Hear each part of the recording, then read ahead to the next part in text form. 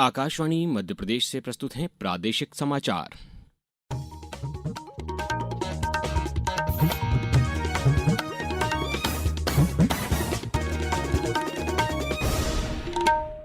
नमस्कार, समाचारों के साथ मैं अभिषेक कटियार। मुख्यमंत्री डॉक्टर मोहन यादव ने आज हरदा में विभिन्न विकास कार्यों का लोकार्पण और भूमि पूजन किया। इस अवसर पर उन्होंने एक पौधा भी रोपा। मुख्यमंत्री ने शिक्षा का अधिकार अधिनियम 2009 के तहत 8,45,000 विद्यार्थियों की फीस प्रतिपूर्ति की राशि को सिंगल क्लिक के माध्यम से बैंक खातों में भेजा।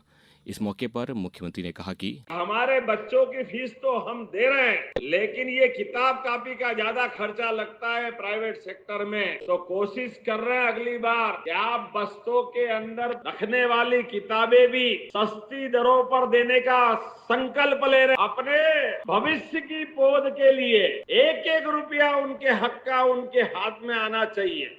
प्रधानमंत्री नरेंद्र मोदी के नेतृत्व में सरकार सेवा और सुशासन के मंत्र से प्रेरणा लेते हुए परिवर्तन और प्रगति लाने के लिए लगातार प्रयास कर रही है। आज इस विशेष श्रृंखला सेवा पर्व में हम आपको जानकारी दे रहे हैं कि कैसे मोदी सरकार ने पीएम गतिशक्ति राष्ट्रीय मास्टर प्लान के माध्यम से ढांचागत विकास को क्रांतिकारी बनाया है। प्रधानमंत्री नरेंद्र मोदी के नेतृत्व में भारत का बुनियादी ढांचा परिदृश्य उल्लेखनीय परिवर्तन के दौर से गुजर रहा है। इसके केंद्र में पीएम गतिशक्ति पहल है, जो एक मास्टर प्लान है जो सीमाओं को तोड़ रहा है, कार्यान्वयन में तेजी ला रहा है और भारत के विकास के सपने को साकार कर रहा है। प्रधानमंत्री मोदी के अनुसार गतिशक्ति समग्र शासन का विस्तार है। पीएम गतिशक्ति मास्टर प्लान सरकारी प्रोसेस और उससे जुड़े अलग अलग स्टेक होल्डर्स को तो एक साथ लाता ही है। ये ट्रांसपोर्टेशन के अलग अलग बोर्ड्स को आपस में जोड़ने में भी मदद करता है। ये होलिस्टिक गवर्नेंस का विस्तार है। पीएम गतिशक्ति एक राष्ट्रीय मास्टर प्लान वर्ष 2021 में शुरू हुआ था, जो समन्वित और निर्बाध परियोजना निष्पादन के लिए विभिन्न मंत्रालयों और विभागों को एक साथ लाकर बुनियादी ढांचे के विकास को एकीकृत करता है। पहली बार 57 मंत्रालय और 36 राज्य तथा केंद्र शासित प्रदेश एक ही डिजिटल प्लेटफॉर्म पर एक साथ काम कर रहे हैं, जिसमें 1700 से ज्यादा डेटा लेयर्स एकीकृत हैं। परियोजनाओं के मूल्यांकन के बाद नेटवर्क प्लानिंग ग्रुप एनजीपी की एक व्यवस्था स्थापित की गई है। अब तक एनजीपी व्यवस्था के माध्यम से 13,59 करोड़ रुपए की 293 बुनियादी ढांचा परियोजनाओं का मूल्यांकन किया जा चुका है। जीआईएस आधारित मानचित्रण, रियल टाइम निगरानी और मल्टी मॉडल कनेक्टिविटी के साथ गतिशक्ति टिकाऊ बुनियादी ढांचे का निर्माण कर रही है और 2047 तक भारत को एक विकसित राष्ट्र बनाने की दिशा में आगे बढ़ रही है। जैसा कि प्रधानमंत्री नरेंद्र मोदी ने कहा कि रेलवे से लेकर राजमार्गों तक, बंदरगाहों से लेकर हवाई अड्डों तक भारत का तेजी से फैलता बुनियादी ढांचा नेटवर्क जीवन की सुगमता को बढ़ावा दे रहा है और समृद्धि को बढ़ा रहा है। विष्णु की रिपोर्ट के साथ समाचार कक्ष से शक्ति सिंह।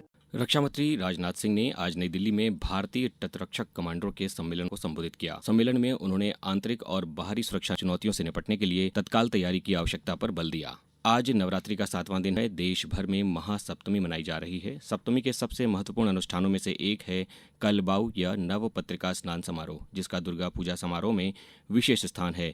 महासप्तमी हमें याद दिलाती है कि आंतरिक शक्ति और साहस नकारात्मकता पर विजय प्राप्त कर सकते हैं।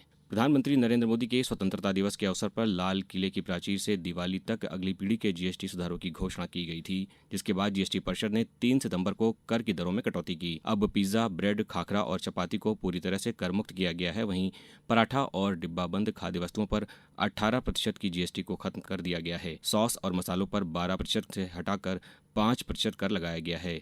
इस बदलाव का मकसद भोजन की सामर्थ्य में सुधार, दैनिक पोषण सुनिश्चित करना और उपभोग को प्रोत्साहित करना है। अब कुछ समाचार संक्षेप में। भोपाल के Sant Shiromani Ravidas global skill park में एनसीवीटी द्वारा आयोजित कार्यशाला में केंद्रीय कौशल विकास और उद्यमिता राज्य मंत्री जयंत चौधरी तथा मध्य प्रदेश के राज्य मंत्री गौतम टेटवाल ने वर्चुअल माध्यम से संबोधित किया। कटनी में सेवा पखवाड़ा अभियान के तहत एसबीआई ग्रामीण स्वरोजगार प्रशिक्षण संस्थान द्वारा 6 दिवसीय शॉपकीपर प्रशिक्षण दिया जा रहा है। और खरगोन जिले में हो रही अत्यधिक बारिश के चलते कपास मंडी में नीलामी कार्य आज से 4 अक्टूबर तक बंद रहेगा। इस बुलेटिन में बस इतना ही। अगला बुलेटिन सुनिए शाम 7:10 पर। नमस्कार।